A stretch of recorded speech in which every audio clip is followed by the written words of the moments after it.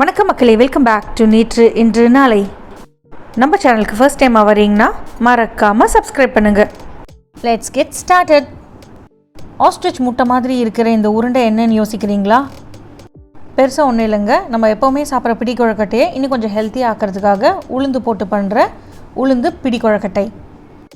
நம்ம விநாயகர் சதுர்த்திக்கு உப்பு போட்ட பூர்ண கொழுக்கட்டை பண்ணுவோம் இல்லையா, அதோட டீகன்ஸ்ட்ரக்டட் வெர்ஷன்னு கூட இதை சொல்லலாம். இந்த டிஷ் மூலமாக நம்மளுக்கு நிறைய உளுந்தோட சத்து கிடைக்கும்.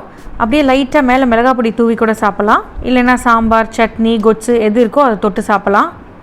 இல்லைனா சும்மாவே அப்படியே எடுத்து ஸ்நாக்ஸ் மாதிரி சாப்பிட்லாம்.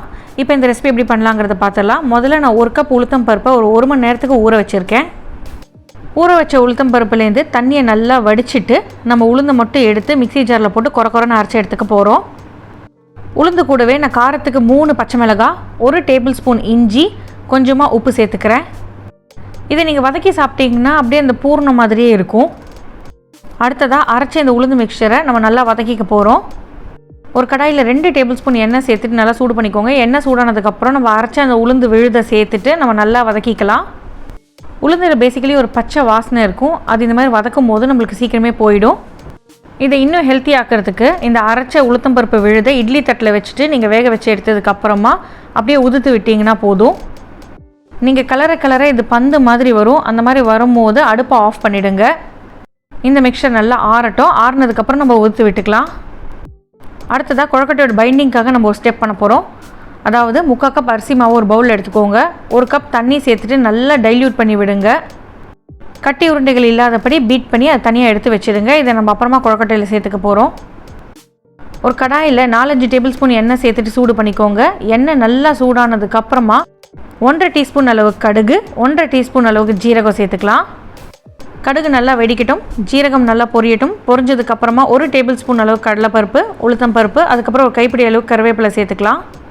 பருப்பு பொன்னிறமாக மாறினதுக்கப்புறம் 1 கப் தண்ணி சேர்த்துருங்க. இல்லைனா அடி பிடிச்சிடும். பருப்போட கலரும் டார்க் ப்ரௌன் ஆகிடும். அடுத்ததாக 1 டீஸ்பூன் அளவுக்கு பெருங்காயமும் 3/4 கப் துருவின தேங்காய் சேர்த்துக்கிறேன்.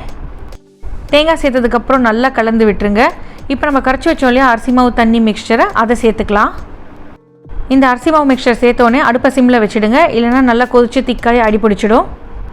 இந்த அரிசி மாவு மிக்சர் குக் ஆகிட்டே இருக்கும் போது நம்ம அரைச்சி வேக வச்சு எடுத்து வச்சுருக்கோம் இல்லையா அந்த உளுத்தம் பருப்பு மிக்சர், அதையும் சேர்த்துக்கலாம்.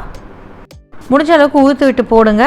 இல்லைனா இதில் போட்டுட்டு நீங்கள் நல்லா உடச்சி விட்டு கிளறி விட்டிங்கன்னா உங்களுக்கு ஒரே கிரேவியாக ஆகிடும். முதல்ல உங்களுக்கு கட்டியாக இருக்க மாதிரி தான் தெரியும். ஆனால் கொதிக்க இந்த கட்டியெல்லாம் போயிடும். நல்லா கலந்து விட்டுருங்க. இப்போ இந்த மிக்சர் கொதிக்க உங்களுக்கு திக்காயிட்டே வரும். ஏன்னா இது உளுத்தம் பருப்பு அரிசி மாவு இருக்கு இல்லையா, அந்த மாதிரி கொதித்து குக்காய் நல்லா திக்கானதுக்கப்புறமா ஒரு 4 கப் தண்ணி சேர்த்துக்கலாம். இந்த அளவுக்கு திக்காய் நம்ம கிளறும் போது நம்மளுக்கு உளுத்தம் பருப்பில் இருக்கிற பச்சை வாசனையும் கூடவே போயிடும். ஏற்கனவே ஒரு தடவை உளுந்து கிளறி இருக்கும், இப்போ ஒரு தடவை கிளறி இருக்கும். ஆனால் உங்களுக்கு சுத்தமாகவே அந்த பச்சை வாசனை வராது. இந்த டிஷ்ஷுக்கு தேவையான அளவுக்கு உப்பு சேர்த்துக்கலாம். நல்லா கலந்து விட்டுருங்க. இது நல்லா கொதிக்கட்டும். கொதி வரும்போது நம்ம அரிசி குருணை சேர்த்துக்கலாம். அரிசி குருணைக்கு பதிலாக உங்களுக்கு கடையில் ரெடிமேடாக கிடைக்கிற இட்லி ரவை கூட நீங்கள் சேர்த்துக்கலாம். இட்லி ரவை சேர்த்திங்கன்னா சீக்கிரமே வெந்துடும். இல்லைனா நீங்கள் அரிசியை நல்லா களைஞ்சிட்டு நிழலில் காய வச்சுட்டு மிக்சியிலே உடைச்சா கூட உங்களுக்கு ஈவனாக இந்த மாதிரி ரவை மாதிரி உடஞ்சிடும். இட்லி ரவை சேர்க்குறதோட வீட்டில் உடைக்கிற அரிசி தான் என்னை பொறுத்த வரைக்கும் ரொம்ப டேஸ்ட்டாக இருக்கும். இப்போ இதை நல்லா கொதிச்சுட்டு அந்த அரிசி குருணை கொஞ்சம் வேகட்டும். கொதிக்க உங்களுக்கு திக்காயிட்டே வரும்.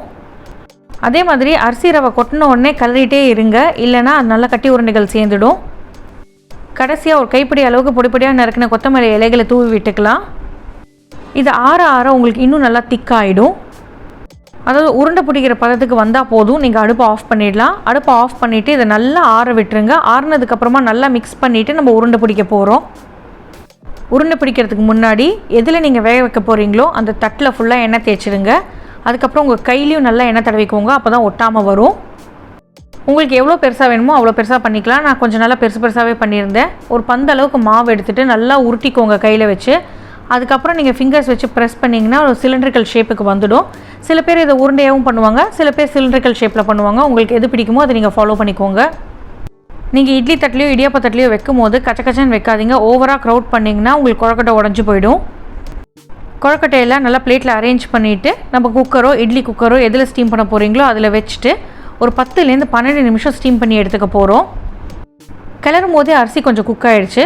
இந்த இட்லி பாத்திரத்தில் வச்சு குக் பண்ணும்போது உங்களுக்கு சீக்கிரமே குக் ஆகிடும். குக்கான கொழுக்கட்டையெல்லாம் ஒரு பிளேட்டுக்கு மாற்றிட்டு என்ஜாய் பண்ணுங்கள். முடிஞ்ச அளவுக்கு சூடாக சாப்பிடுங்க. இன்கேஸ் ஆறி போச்சுன்னா திருப்பி இட்லி குக்கர்லேயே வச்சு ஸ்டீம் பண்ணுங்கள். டைரக்ட் கடாயிலையோ ஃப்ளேம்லேயோ வச்சு நீங்கள் சூடு பண்ண முடியாது. ரொம்ப ரொம்ப ஹெல்த்தியான டிஷ், சாப்பிட்றதுக்கும் ரொம்பவே டேஸ்டியாக இருக்கும். உங்கள் வீட்டில் கண்டிப்பாக இதை ட்ரை பண்ணி பாருங்கள். ட்ரை பண்ணி பார்த்துட்டு எப்படி வந்ததுன்னு எனக்கு கமெண்ட்ஸில் சொல்லுங்கள். நம்ம சேனலுக்கு ஃபர்ஸ்ட் டைமாக வரீங்கன்னா லைக் பண்ணுங்கள், ஷேர் பண்ணுங்கள், மறக்காமல் சப்ஸ்கிரைப் பண்ணுங்கள். இன்னும் ஒரு நல்ல ரெசிபியோடு உங்களை நான் நாளைக்கு சந்திக்கிறேன். Until then, take care, bye bye. Thanks for watching.